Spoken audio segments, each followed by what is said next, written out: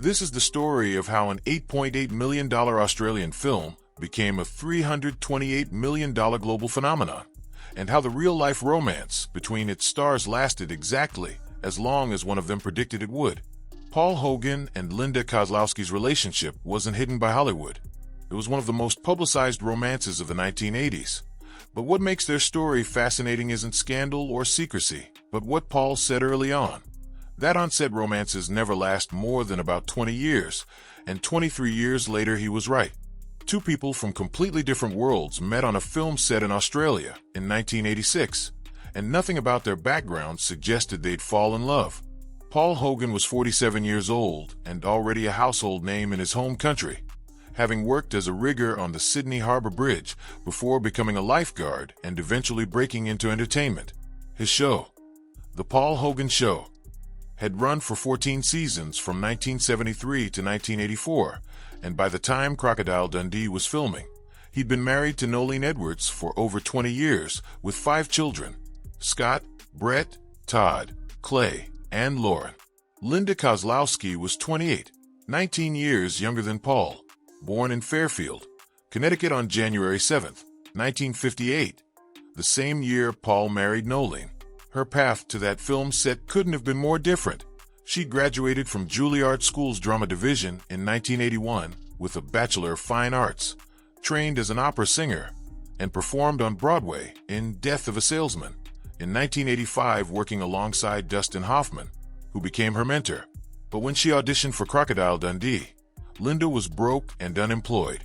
Dustin Hoffman recommended her for the role and even let her stay in his Malibu beach house when she was struggling to find work, and she landed the part of Sue Charlton, the New York journalist who travels to the Australian outback to meet the legendary crocodile hunter, Mick Dundee. The chemistry between Paul and Linda when filming began was immediate and visible to everyone on set. Director Peter Feynman later recounted how Linda's initial frustrations gave way to admiration as she discovered Paul's charm and comedic talents, but Paul was still married, and what happened next would change all their lives. Before we get to what happened between them, you need to understand just how massive Crocodile Dundee became. The film was made on a budget of under $10 million, specifically $8.8 million, released in Australia on April 30, 1986, and in the United States on September 26, 1986, and what happened next was unprecedented. In the U.S. alone, the film earned $174,803,506, and worldwide it grossed $328 million. An estimated 46 million tickets sold in North America made it the second highest grossing film in the United States in 1986, beaten only by Top Gun, and in Australia it became the highest grossing film of all time, surpassing even E.T. When it aired on UK television on Christmas Day 1989, 21.8 million viewers tuned in, making it the most viewed Christmas Day program ever in the United Kingdom. Linda Kozlowski received a Golden Globe nomination for Best Supporting Actress in 1987, and the film made both Paul and Linda international stars overnight. Behind the scenes, though, something else was happening that would make headlines for very different reasons. Paul Hogan left Nolene Edwards soon after meeting Linda, and the co-stars began a relationship together, which wasn't just tabloid gossip, but a national scandal in Australia. The everyday Australian who'd made it big, the hero of his country, was leaving his wife of over 30 years for a woman 19 years younger, a woman who was born the same year he married Nolene in 1958. The relationship between Paul and Nolene had already been complicated before Linda entered the picture. They'd first married in 1958 when Paul was just 19 years old, divorced in 1981 after more than 20 years together, then remarried in 1982. But this time the split was final. The divorce came in 1989, and according to reports, they didn't speak for 17 years afterward, with some Australian media calling it the ugliest celebrity divorce in the country's history. Paul and Linda's romance, meanwhile, was playing out in front of the world. They worked together again on Crocodile Dundee 2 in 1988, another commercial success, and their relationship wasn't hidden but celebrated by the media, becoming part of the film's marketing appeal. The real-life romance between Mick Dundee and Sue Charlton was a story audiences loved, and on May 5, 1990, Paul and Linda married in Byron Bay, Australia. The wedding had to exclude reporters and photographers because of the intense media interest, with Linda actually banning media from the event. As a wedding gift, Paul reportedly gave Linda a $2 million custom-built mansion, and for a while it seemed like their fairy tale was complete. The first years of their marriage seemed golden as they made a third film together, Almost an Angel, in 1990, though this one didn't achieve the commercial success of the Crocodile Dundee films.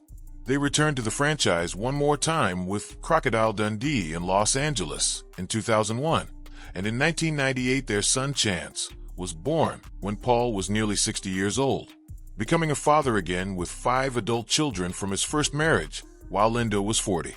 After Chance's birth, Linda shifted her focus to motherhood and family, but her film career had taken a toll that was becoming harder to ignore.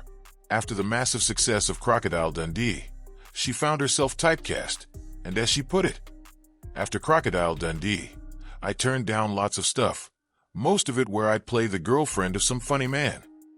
The roles she was offered weren't the challenging dramatic parts her Juilliard training had prepared her for, and she appeared in Pass the Ammo in 1988, then The Neighbor in 1993, Backstreet Justice in 1994, and Village of the Damned in 1995.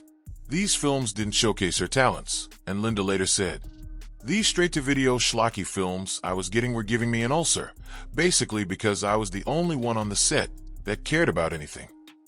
After Crocodile Dundee in Los Angeles in 2001, Linda Kozlowski retired from acting entirely at 43 years old, and years later she reflected on this period. "I lived in Paul's shadow for many, many years, and it's nice to feel my own light right now." Here's where Paul Hogan's own words become haunting, because at some point during their marriage Paul talked about what he called shipboard romances, the phenomenon in movies where you fall in love with your leading man or leading lady. He said, "It won't last." And they're right, it won't last. After about 20 years it wears off. And he was talking about his own relationship, knowing from the beginning that what they had, born on a film set, in the heightened reality of making a movie together with the whole world watching, wasn't built to last forever. He gave it about 20 years, and he also described their marriage by saying, "We were opposites, and we were attracted to each other for a long time. Opposites in everything."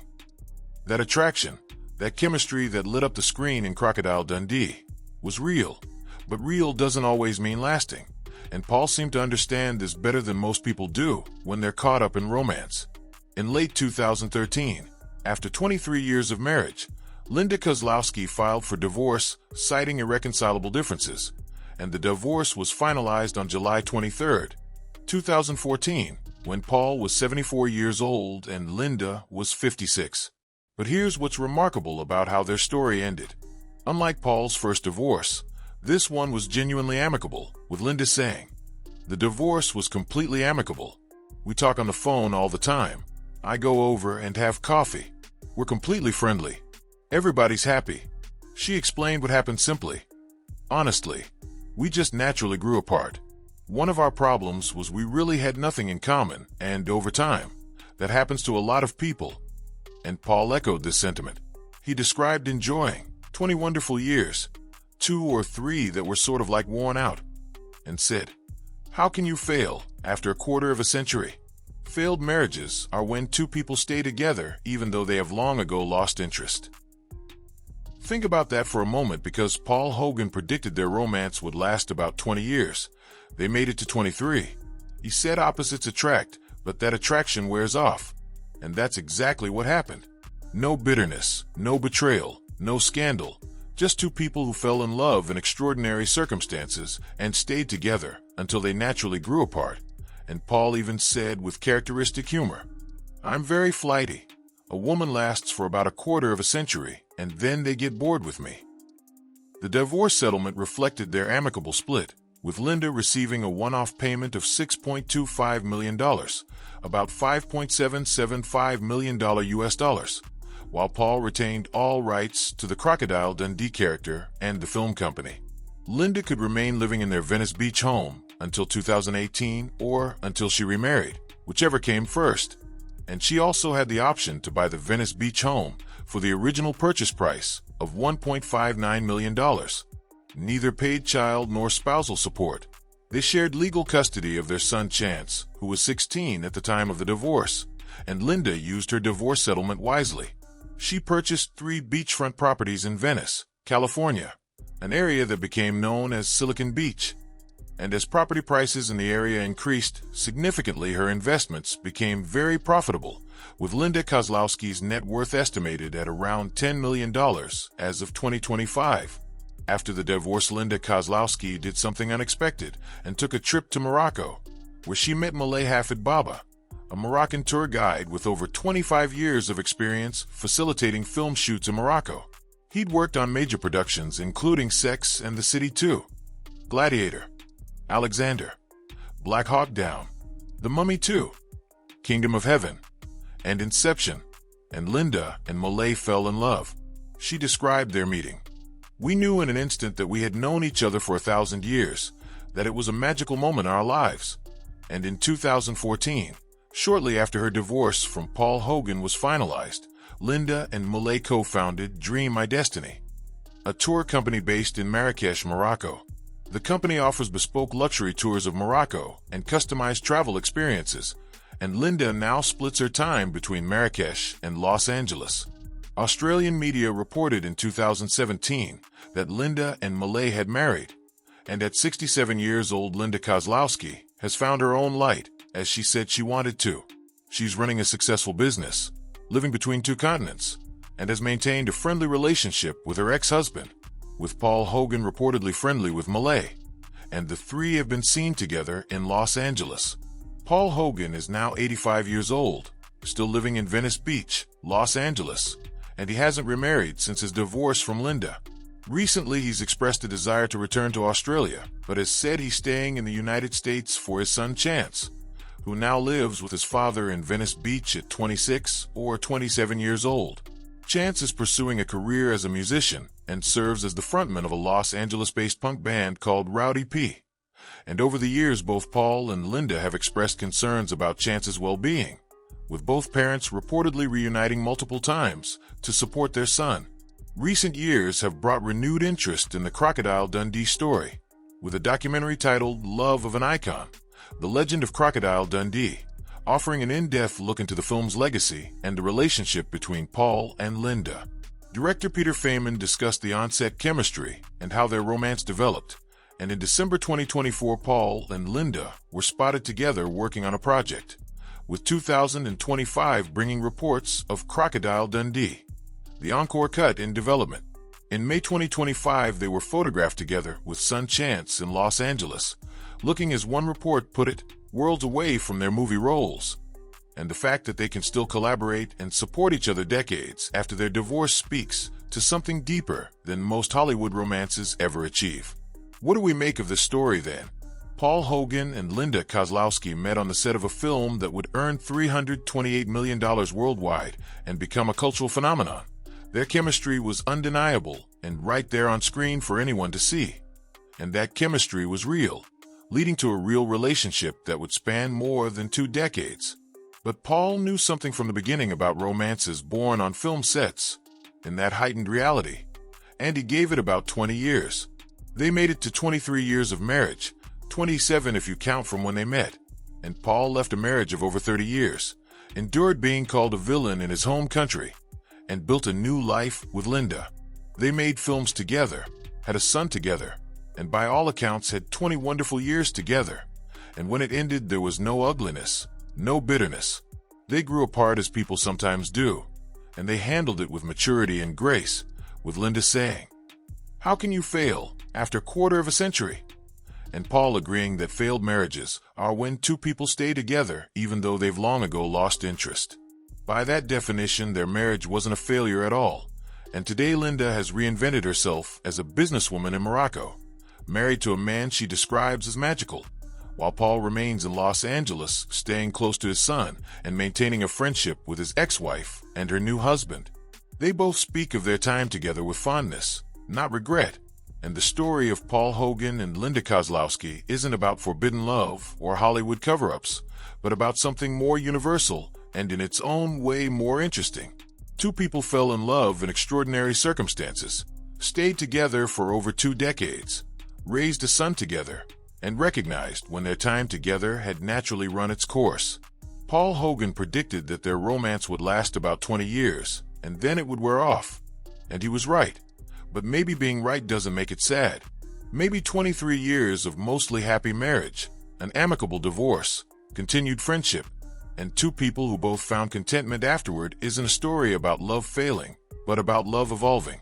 The chemistry that audiences saw in Crocodile Dundee in 1986 was real. It just wasn't meant to last forever. And as Paul himself suggested, that doesn't make it any less valuable. Because after all, how can you call a quarter of a century a failure?